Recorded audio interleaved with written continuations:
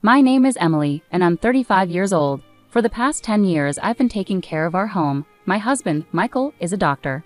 We don't have any children, but we've been pretty happy. Then one day, everything changed. Michael came home late as usual and told me something shocking. I want a divorce. I'm marrying someone else, he said. I was stunned. What do you mean? I asked. We didn't marry for love, he added, and he was right. Our marriage was more of an arrangement. His parents wanted him to marry, and I seemed like a good match. We barely knew each other before we got married. The only thing we really had in common was our last name. Looking back, maybe I liked the idea of sharing the same last name, so we rushed into marriage, and for a while, things were okay. I never thought we'd end up divorcing after 10 years. Even though our marriage wasn't based on love, we'd been together for so long. But now, out of the blue, you want to marry someone else. When did you start betraying me? I asked, but Michael denied it. He said he met this nurse at the hospital about a year ago and was attracted to her charm. He said he was tired of living with someone as boring as me. I was shocked and hurt. How can you say that after all these years? I asked, but Michael was cold. He said living with me had been like hell, and he was done. I agreed to the divorce, even though it broke my heart. Then Michael revealed something else. We don't even need to go through the legal process because I never officially registered our marriage. We were just living together, not legally married. I felt betrayed and angry. Michael had kept this secret from me all these years, and now he was using it to avoid giving me anything in the divorce. The day we thought our marriage would be registered was actually the day it officially ended. I couldn't go because of an urgent matter, he said, but it turns out I never submitted it. Not submitted? Are you joking? We've been living as a married couple for 10 years. It's impossible that you didn't submit it, I exclaimed. Normally, yes. But I made that rule at the beginning. If you went to the office, everything would be ruined. When we got married, we made some rules. I, as a homemaker, would handle all the household chores. I was on an allowance and part-time work was prohibited. And Michael would handle all governmental and official matters. Why would you do such a thing? I asked. Because I was about to be forced into a marriage with someone I didn't love. I wasn't going to submit it easily. I was saving marriage for someone I truly wanted to be with. Then you should have refused the marriage proposal in the first place. I couldn't refuse. My parents are stubborn and wouldn't listen. What would have happened if I said I didn't want to marry? Plus, I wanted a housekeeper. I'm a busy doctor and can't often tend to household chores, so I decided to marry you as a housekeeper. It was a good deal for you too, right? You could eat well and have a roof over your head without working. You seemed desperate to get married too. Maybe you felt pressured because your friends were getting married. Even though we weren't actually married, you were seen as the woman who married a doctor. This 10-year relationship was a win-win for both of us. That's all it was, and it ends today. You should be grateful for the good times you had. Now you have to live on your own without relying on others. I can't believe this. Oh, and one more thing. Don't tell my parents about this. If you do something unnecessary, you know what will happen to your father, right? My father runs a medical equipment sales company and has a contract with the hospital where Michael works. Our marriage was how this connection was made. Michael was threatening me, implying that if I told his parents, he would sever the contract with my father's company. It's your fault for being deceived. How pitiful to be thrown out with nothing, he said, laughing. But the one who would be thrown out without knowing anything was actually him. I couldn't help but burst into laughter. What's so funny all of a sudden? He asked. I can't believe you became a doctor with that kind of knowledge, I said. What do you mean? He asked. I knew all along about your mistress and that you didn't submit our marriage registration. That's impossible. That's why I've been preparing, waiting for the day you'd bring it up yourself. I continued, I had a gut feeling about your infidelity for the past 6 months, but I lacked solid evidence to confront you. So I decided to hire a private investigator to look into your affair. The investigator told me, ma'am, there are 2 things I need to tell you. The first is that your husband is indeed having an affair. We got evidence of him entering a hotel with a nurse from his workplace. And the second is from their conversations. There's a possibility that you two are not legally married. Not legally married? What does that mean? I asked. I'd overheard your husband and his mistress at a cafe, the investigator continued. He said they didn't need to worry about alimony or property division since they never submitted a marriage registration. What? I can't believe it. We've been living as a married couple for 10 years. I don't know why he didn't submit the marriage registration. That's why he never let me handle any official procedures. Yeah, that seems to be the case. I can't believe this. How could this happen? It's unusual to hear about not submitting a marriage registration for 10 years, but it's not unheard of. This is too much. Am I just supposed to accept this? If we were never married from the start, there's nothing I can do. Not necessarily. What do you mean? Let's make him pay for deceiving you for 10 years. First, we need to prepare without him noticing, the investigator suggested. So I started preparing with the investigator to take action against my husband. So what if you knew we were never legally married from the start? Does that justify your actions with other women? Do you think you can avoid taking any responsibility? He said, trying to dismiss his actions. You called me pitiful for not knowing the truth, but it turns out you were the one who was pitiful. What do you mean? We're considered to be in a common law relationship on paper. So what? You might not know, but you can actually claim alimony and divide property in a common law relationship. What? He didn't know that not registering our marriage would come back to bite him. In a common law relationship, you can make claims. It's not widely known, but it's possible. Of course, there are conditions. From what I see in your case, it seems you meet those conditions. What are these conditions? The common law relationship is established based on two main criteria. First, both parties must have intended to marry. It's not just about living together, there must be a mutual intention to marry. This can be shown through things like having a wedding ceremony or being recognized as a couple by others. We did have a wedding ceremony, and our families and friends recognize us as a couple. So we meet the first criterion. The second criterion is living as if married. This includes sharing a household for more than 3 years. You've been living together as a couple for over 10 years. As a homemaker, you've obviously shared the household finances. This is recognized as a marital relationship. So that means if you can provide proof of what we discussed, you can claim alimony and divide property. I'm not an expert in this area, so I'll introduce you to a lawyer. You can work with them to bring him down. After consulting the lawyer I was referred to, I learned that I could indeed claim alimony and property division from my husband. I'm going to demand alimony and property division from you, I informed my husband, who turned pale. His confidence, which had been evident just a moment ago, was gone. But even if you can claim alimony and property division, you're just an unemployed woman. Do you plan to rely on your parents after being kicked out? He asked. Didn't I say I was preparing? I've already found a job starting next month. I've also found a new place to live. Don't worry about me. You thought I, a clueless homemaker, would be helpless, but the tables have turned. I'll make sure to discuss this with your parents, just so you know. Do you not care what happens to your father? If they want to break the contract, let them. Sure, you were the link to the hospital, but the contract continued because of my father and his company's efforts. Whether or not they keep the contract is up to them. Let's see if they'll break a contract just because the doctor's wife of 10 years was a lie. Try saying that. My father and I won't be affected if the contract is broken over this. It only shows the depth of their trust. We'll just find another hospital to partner with, I said firmly, taking out my phone. You're not calling your parents, are you? He asked nervously. That's exactly what I'm doing. Our parents think we're still married. It's only natural to inform them if this relationship is ending. To my surprise, my husband began to apologize. Please let me talk to them. Don't call. Why? You know how strict my parents are. If they find out about this, it's over. What does that have to do with me? Huh?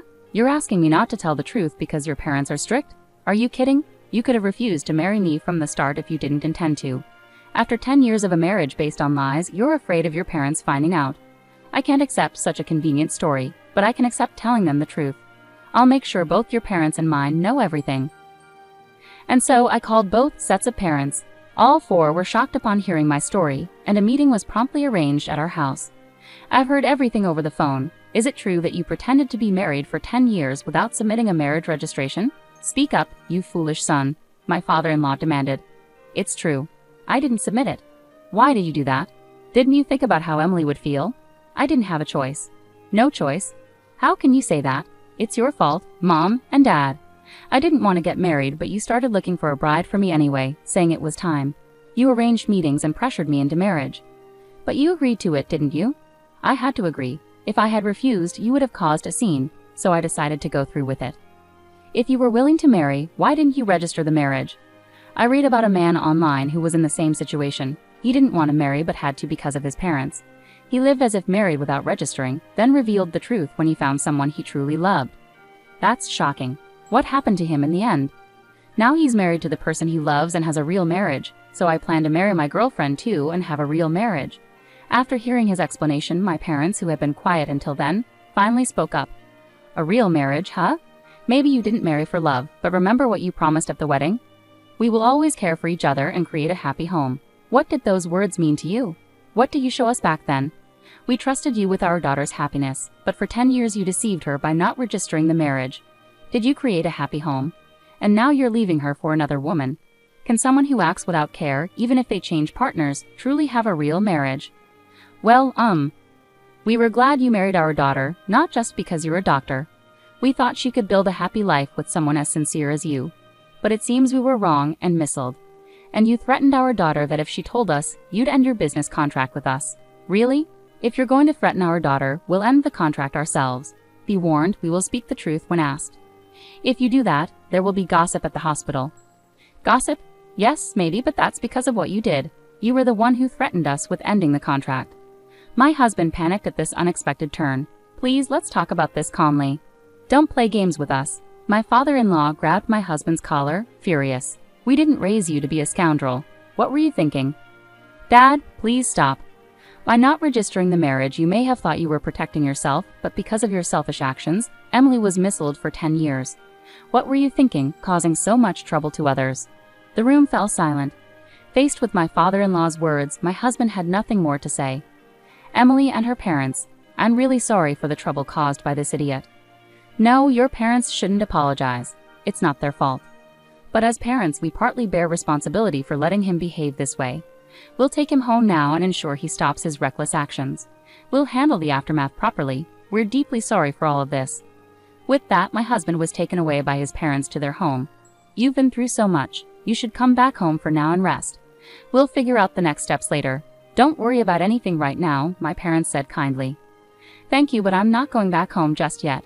There are things I need to take care of. I declined and chose to stay in my own home. What I needed to do was prepare for the final settlement with my now ex-husband, gathering evidence for our common law relationship. I was preparing to claim alimony and divide our assets. A few weeks later, I arranged a meeting with a lawyer. Even if I agree to alimony, why should I divide my property? She's been a homemaker for 10 years, never worked a day. I paid for everything, furniture, clothes, food. Now you're saying I have to give away the money I worked hard for. He protested, unwilling to accept sharing his earnings with me. Yes, that's correct. Your earnings and the belongings acquired during our relationship are subject to division. Why does it have to be like this? Who took care of the house and cooked meals while you were at work? Who managed everything at home? That doesn't matter now. No, it does matter. A homemaker deserves a share of the assets because running a household and raising children have real economic value. Speaking not just as a lawyer but as a person, do you think housework is something anyone can do, something that's just expected of a homemaker? The reason you could focus on your career was because of her support. Don't overlook that. What? This situation is a consequence of your actions, yet you're upset about fairness. What did you say? Never mind. Anyway, she's entitled to half of our assets through property division. That's how it works. Damn. As for alimony, we're seeking $100,000 from you. $100,000? Why so much for a relationship that wasn't even legally married? It's precisely because it wasn't a legal marriage. Typically, alimony in common law relationships ranges from $10,000 to $40,000. However, in your case, you pretended to be married for 10 years and then tried to discard her when you found someone else.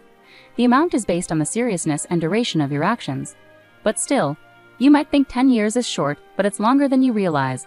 During that time, she committed herself to you, believing you were married. You have no right to complain after betraying her. It was a powerful response. He had no rebuttal and reluctantly agreed to my terms. Later, I also sent a notice of claim for alimony to his mistress. With the help of an investigator, I knew who she was and where she worked, a nurse at the same hospital where he did. Wait, this isn't what you told me. What's going on? I told you not to approach me at work. I received this from your wife. You said there wouldn't be any alimony because we weren't legally married. What's going on? Later, I found out that in a panic after receiving the alimony claim from me, she confronted him at the hospital with the notice. All right, let's talk about this later, not here. There are too many people around. We'll both be in trouble if this gets out. I don't care about that. I can't afford this kind of alimony. You said it would be fine, so you should pay it. What? I'm not paying anything. You wanted this relationship. You said I was the one for you, that you wanted to marry me. Hey, keep it down. Everyone can hear us. Just so you know, I'm not the one at fault here. If you want to settle things with your wife, handle it yourself. Tell her I don't know her anything, and that you'll sort everything out. Wait. This conversation ended up exposing their affair to the entire hospital, quickly becoming the talk of the place. Then came the final blow when my father requested to terminate our contract with the hospital. I apologize, but we'd like to end our contract by the end of next month. Aware of the rumors, the hospital inquired, "Forgive me for asking, But is the reason for canceling related to Dr. Michael's affair? It's become quite a topic here. Yes, a nurse believed to be involved caused quite a scene. I never imagined he had pretended to be married for 10 years without actually registering. You mean he never filed the marriage registration? Did you know he hadn't done that? All I knew was that he was married and had an affair. What do you mean he didn't file the marriage registration? After my father's request, it came to light that he had deceived me for 10 years by not filing the marriage registration. This news spread among the other nurses. Dr. Michael deceived his wife for 10 years by not filing the marriage registration and had an affair with a nurse. How awful! How could he do that? Could someone really go unnoticed for 10 years? It seems Emily's maiden name was the same, and he handled all the official paperwork. That's concerning. The rumors spread not only among hospital staff but also reached patients, leading both Michael and his mistress to face cold stares. Unable to bear it, they both resigned from the hospital soon after. As my father asked me, "Did you manage to get the alimony?" Yes, I received payments from both him and his mistress. She resisted paying until the end, claiming she was also deceived, but the lawyer explained her argument wouldn't hold, and she reluctantly agreed to pay. That's good. What about you, Dad? Did the contract end up getting canceled? No, that's not happening anymore. He resigned, and because our company is trusted, the hospital asked us to keep the contract. We couldn't cancel it after they asked like that. That's a relief. Afterwards, I started a new life in a new place and found happiness. About a year and a half later, my ex-husband reached out to me. Is it true you got remarried? I had married a man I met through work, and somehow he had found out. I wonder whose number this is. You went through the trouble of changing your number just to contact me. Just answer my question. Yes, I got married. You betrayed me. Betrayal? We were never legally married, so I didn't think it would matter to you, right? That's beside the point. Exactly, things are different now. We're completely separated, so my marriage has nothing to do with you. Is that why you contacted me? After I said this, he seemed speechless for a moment, then he scoffed. Of course you're still unmarried, probably because you haven't bothered to file any paperwork. That's just like you. But he was mistaken. Actually, my husband isn't like you at all. He knows everything about your situation, so to ease any concerns I had, we went together to handle the paperwork. Unfortunately for you, things didn't turn out as you assumed. I can understand why you might wish for my unhappiness, given your own misery, but I'm sorry to disappoint you. We're happily married. I told him this and hung up the phone. I don't know what kind of life he leads now, but unless he changes his selfish ways, he's unlikely to find happiness.